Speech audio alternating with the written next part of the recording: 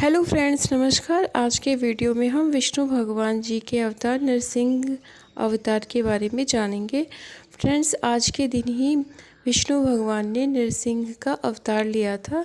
इसकी क्या है कहानी और व्रत कैसे रहते हैं। विष्णु भगवान ने अपने भक्तों और देवगणों की रक्षा करने के लिए कई अवतार लिए हैं, जिसमें से एक नरसिंही अवतार है, जिसमें प्रहलाद की रक्षा करने के लिए उन्होंने नरसिंही अवतार को धारण किया था। क्या है इसकी कहानी, पूरा विस्तार से जानते हैं। हर साल वैशाख शुक्ल चतुर्दशी को नरसिंह जयंती पर्व मनाया जाता है। नरसिंह भगवान विष्णु जी के चौथे अवतार माने जाते हैं। नरसिंह जयंती पर भगवान विष्णु की पूजा करने से कष्ट दुख दूर होते हैं। नरसिंह जयंती कल रविवार के दिन नरसिंह जयंती मनाई जाएगी। हिंदू पंचांग के अनुसार हर साल वैशाख शुक्ल चतुर्दशी को नरसिंह जयंती पर्व मनाया जाता है। नरसिंह भगवान विष्णु जी के चौथे अवतार माने जाते हैं। भगवान विष्णु राक्षस हिरण्यकशिपु का वध करने हेतु नरसिंह जयंती के दिन नरसिंह अर्धसिंह शेर तथा अर्धनर मनुष्य के रूप में प्रकट हुए थे। मान्यताओं के अनुसार नरसिंह जयंती पर मध्याह्न के दौरान संकल्प ग्रहण करते हैं तथा सूर्यास्त से पहले शाम के समय भगवान नरसिंह की पूजा होती है। ऐसा माना जाता है कि भगवान नरसिंह चतुर्दशी तिथि में सूर्यास्त के समय प्रकट हुए थे। नरसिंह जयंती के दिन भगवान विष्णु की पूजा करना पुण्यदायक माना जाता है। जाने कल नरसिंह जयंती का पूजन मुहूर्त, विधि व व्रत पारण टाइम। जाने पूजन का मुहूर्त। नरसिंह जयंती मध्याह्न संकल्प का समय 10:57 AM से दोपहर के 1:39 PM। चतुर्दशी तिथि प्रारंभ मई 10, 2025 को शाम के 5:29 PM। चतुर्दशी तिथि समाप्त मई 11, 2025 को रात के 8:01 PM। नरसिंह जयंती सायंकाल पूजा का समय शाम 4:21 PM से 7:03 PM। अवधि 02 घंटे 42 मिनट। पारण समय मई 12, 5:32 AM के बाद। नरसिंह जयंती पारण के दिन चतुर्दशी सूर्योदय से पहले समाप्त हो जाएगी। पूजा विधि। स्नान आदि कर मंदिर की साफ सफाई करें। भगवान श्री हरि विष्णु का जलाभिषेक करें। प्रभु का पंचामृत सहित गंगाजल से अभिषेक करें। अब प्रभु को पीला चंदन और पीले पुष्प अर्पित करें।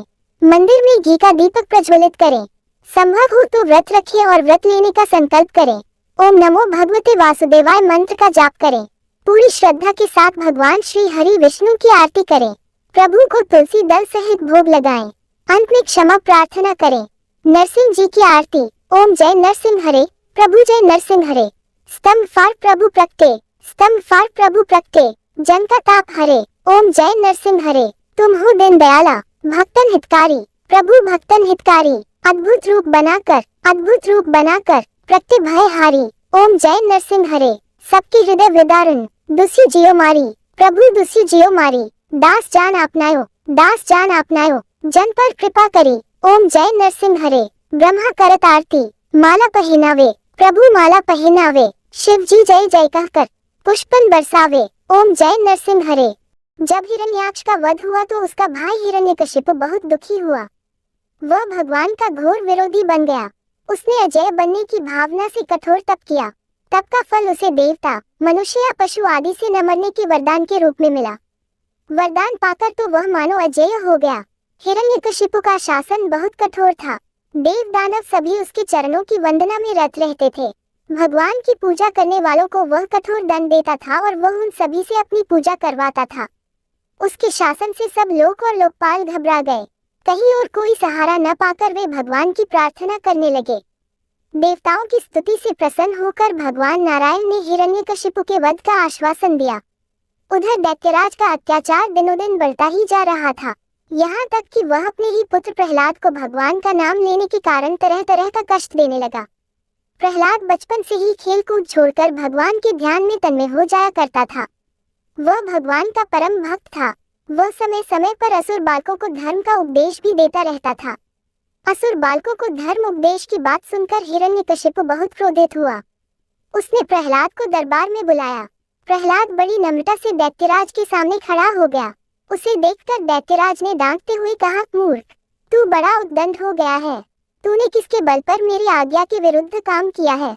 इस पर प्रहलाद ने कहा, पिताजी, ब्रह्मा से लेकर तिनके तक सब छोटे बड़े चर अचर जीवों को भगवान ने ही अपने वश में कर रखा है। वह परमेश्वर ही अपनी शक्तियों द्वारा इस विश्व की रचना, रक्षा और संहार करते हैं। आप अपना यह भाव छोड़ अपने मन को सबके प्रति उदार बनाए। प्रहलाद की बात को सुनकर हिरण्यकशिपु का शरीर क्रोध के मारे थर थर कांपने लगा।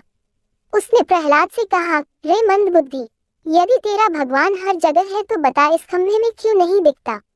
ये कहकर क्रोध से तमतमाया हुआ वह स्वयं तलवार लेकर सिंहासन से कूद पड़ा। उसने बड़े जोर से उस खंभे को एक घूंसा मारा।